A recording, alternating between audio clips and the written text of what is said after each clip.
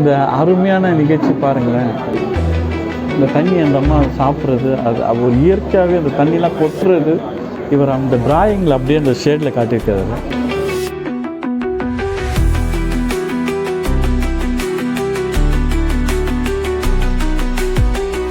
ரொம்ப கஷ்டப்பட்டிருப்பார். நான் ஈஸியாக 2 வார்த்தையில் சொல்லிட்டேன். அவர் எத்தனை நாள் கஷ்டப்பட்டார் தெரியல. இவருடைய பெயிண்டிங்லாம் வந்து என்னுடைய குரு அந்தோனி தாஸ்னு ஒருத்தர் இருந்தார். அவர் எப்படி பண்ணுவாரோ அதை மாதிரியே பண்ணிகிட்ருக்கிறார்.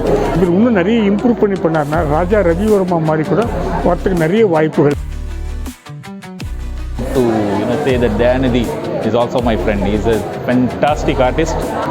In short period of time, he has achieved a level of art which is unheard of. Art is always dynamic. It's never static.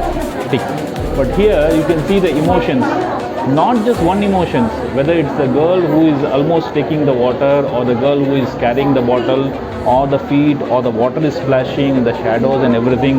It's beyond imagination how in such a short time he has achieved this level of art. ஃபோட்டோகிராஃபிக்கு ரொம்ப important. ஃபோட்டோகிராஃபிக்கில் lighting பண்ணுறது camera வந்து அதை ஆட்டோமேட்டிக்காக பண்ணிடும். ஆனால் அதை வந்து பெயிண்டிங்கில் கொண்டு வரணுன்னா கேலண்டரில் தான் முடியும். நீங்கள் அது எவ்வளோ பண்ணியிருந்திருப்பீங்க அப்படின்னா இப்படி ஒரு பெர்ஃபெக்ட் கொண்டு வர முடியும். தண்ணி ஃப்ளோ, அதுக்கப்புறம் அந்த பிள்ளைங்களோட ஸ்மைல்ஸ், இதெல்லாம் வந்து ரியலி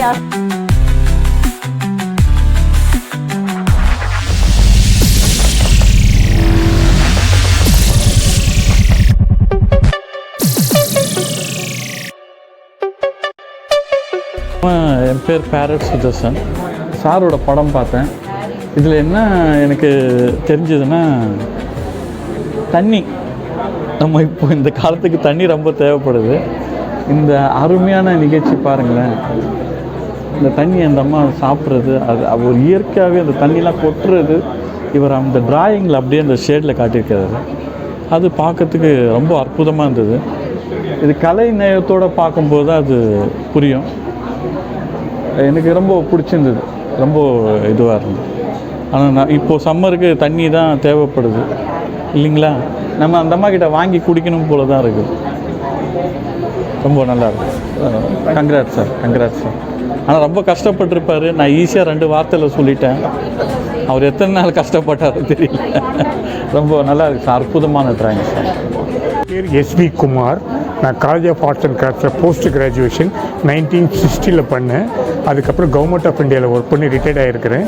நான் வந்து இந்த வேஸ்ட் மெட்டீரியலில் ஒரு 100 அடி உயரம் சிலைகளை 64 பண்ணியிருக்கிறேன், காஷ்மீர் டு கன்னியாகுமரி வரைக்கும். எனக்கு பார்க்கும்போது இவருடைய பெயிண்டிங்லாம் வந்து என்னுடைய குரு அந்தோனி தாஸ்னு ஒருத்தர் இருந்தார். அவர் எப்படி பண்ணுவாரோ அதை மாதிரியே பண்ணிகிட்ருக்கிறார். பல கண்காட்சிகள் நான் பார்த்துருக்குறேன். இந்த 2 குழந்தைங்க படத்தை நீங்கள் போய் பாருங்கள். 2 குழந்தைங்க உட்காந்துருப்பாங்க பாருங்கன்னு சொல்லுவார்.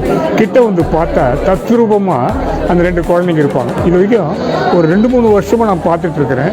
சிறப்பான ஓவியம்.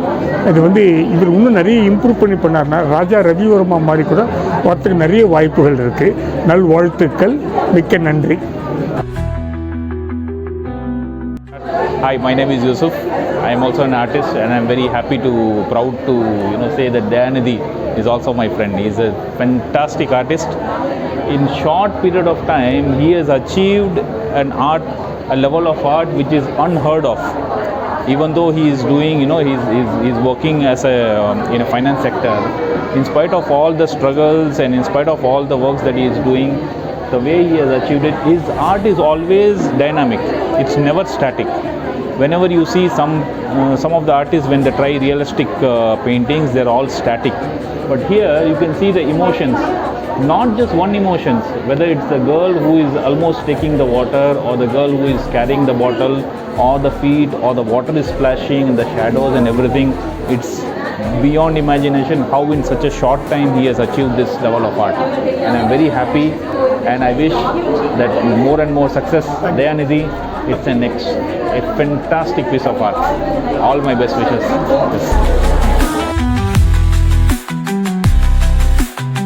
வணக்கம். என்னோடய பேர் அருணா.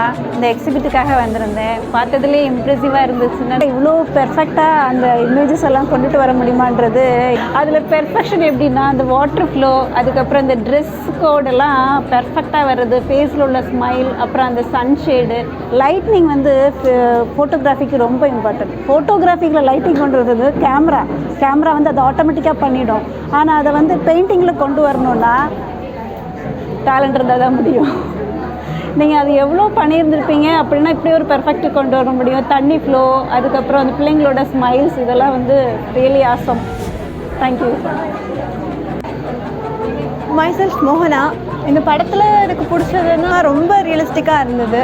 அந்த எல்லாமே க்ளோயிங்காக இருந்துக்கு, அது போக நேச்சுரலாக லைவ்லியாக பார்க்குற மாதிரி இருந்தது. அது எனக்கு ரொம்ப ரொம்ப பிடிச்சிருந்தது. என்னை அட்ராக்ட் பண்ணிச்சு இந்த இமேஜில். சென்டர் ஆஃப் தி ஃபோக்கஸாக இந்த இமேஜ் தான் இந்த கேலரியில் இப்போது இருக்குது. அண்ட் அதில் வந்து அந்த லைட்டிங் எல்லாம் ஃபேஸில் இருக்க அந்த ஒரு இந்த படத்துக்கே உயிர் கொடுத்த மாதிரி இருக்குது ஒவ்வொரு க்ளோவும். அண்ட் இன்னும் மேலும் மேலும் வரலை. நான் வாழ்த்துக்கிறேன். தேங்க்யூ.